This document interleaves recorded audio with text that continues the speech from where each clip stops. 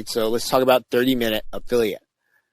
Let's talk about structure and strategy for affiliate promotion. So before you even get started, you should already be in a communication mode. We talked about that the other day. Build in asking questions of your subscriber list and write to them every single day. Provide value every single day, right? That's not a secret. And then the key to an affiliate promotion is this: the value you're giving to your client in the promotion.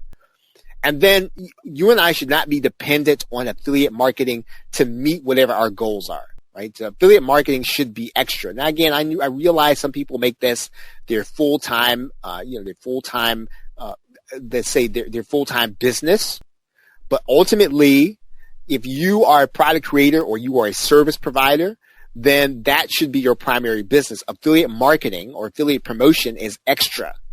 Right? Now, it should supplement your goal, because if you do that, you're going to make all the right decisions about how you go about picking affiliate offers. Typically, if somebody has to depend on an affiliate promotion in order to make their money for that month or to make their money for that quarter, they'll promote something that isn't necessarily in their best interest. They'll promote something that's outside of their niche because of the let's say the bright shiny object is you can make a lot of money because everybody's making money promoting this. Well, is that going to be good for your subscriber list?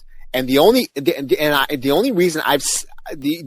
thing that drives people to make those decisions and what I would say would be a way that's contrary to their best interest is that they come to a point in the month or in their business where they need that affiliate marketing in order to make their goal. And I do not think you should be depending on affiliate marketing to make your goal. Okay, so a good affiliate promotion happens in the 30 minutes you spend every day getting to know and provide value for your client. And so one of the best things that you and I can be doing is sort of before any affiliate promotion, we should be writing to our subscriber list every day providing value, right? And that typically is going to take you 30 minutes every day to provide something of value. It's going to be worth it when you actually have to do an affiliate promotion. Just be willing to test it over time. And again, I'm just talking in general right now. And then use an autoresponder that tracks your open rate and clicks. The major autoresponders do that: Aweber, GetResponse, Constant Contact. Now, again, I've heard that it can be difficult until you know how to use them to get into an inbox, but there are ways that you can actually go about email marketing to get into the inbox. We want to talk about affiliate marketing, though. And basically, your traffic is going to determine the offers you choose. Who are the people who are already on your subscriber list? Are they buyers? What did they buy? Because all subscribers are not created equal to you. And that does not mean that they're not all worth your time. It means then that if you created some software and you built a list of software buyers, then thinking about the PLR offer that just came out and you're going to promote it may or may not be the best thing to be doing. And so this is one of those things that we want to sort of think about. How did the people come onto our subscriber list? And so what can we then do in order to kind of make their lives better based on what they already bought?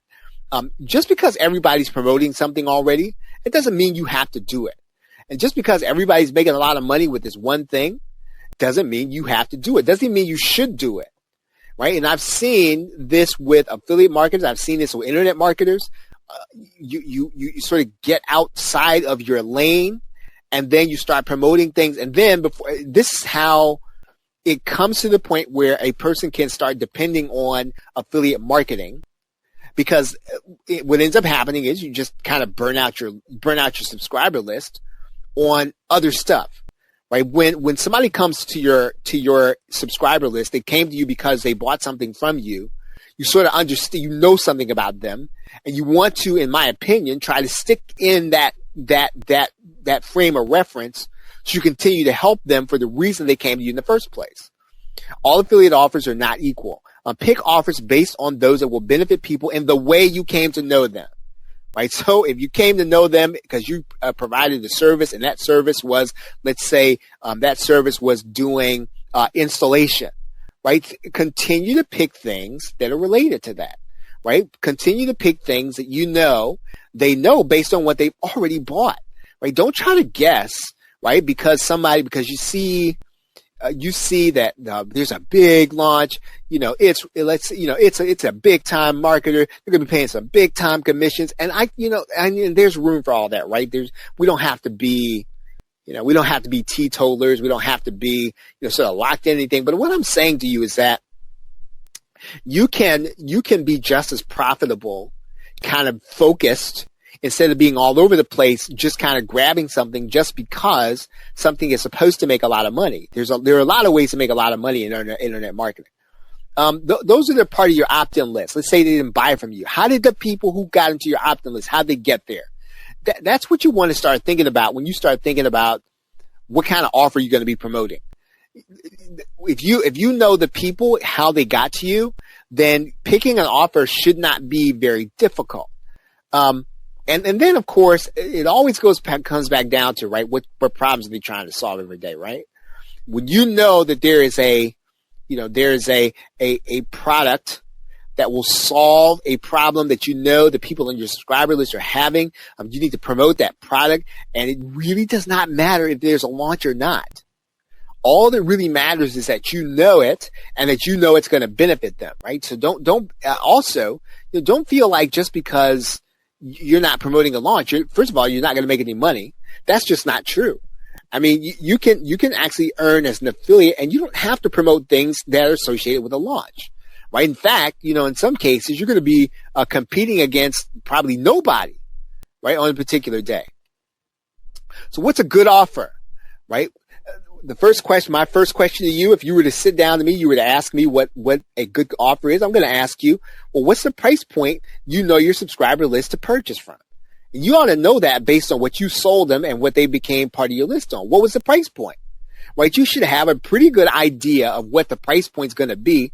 And look, if something is a good offer and you want to promote it and it's way out of your league, then listen. Not way out of your league. That's a bad way to put it, but way out of the price range of the people that are going to be part of your email marketing list, then man, there's no reason necessarily to take a 2 or 3 days and promote something that is not necessarily going to even be in their price range. If you had somebody come to you from an affiliate marketplace, it's a good chance you may have success in that marketplace. So in other words, let's say you sold something on Warrior Plus. There's a good chance that if you found an offer on Warrior Plus, that offer will work for you. If you launched on JVZoo and that's how they came to you, there's a good chance that if you want to promote something, you can probably find somebody to promote something well on JVZoo. The other thing is, now when you start doing it, you're going to hear a lot of words, right? People are going to start talking about EPCs. They're going to start talking about conversion rates, and quite honestly, folks, those are just words. It's not always going to be the sole thing you and I need in order to make that decision. Because, the fact of the matter is, with people going to landing pages first, you and I really don't necessarily have a true picture of the conversion rate of anything as an affiliate. We don't have a true picture of, let's say, the EPCs, because again, people are, if I say gaming the system, it sounds negative. It's not meant to be.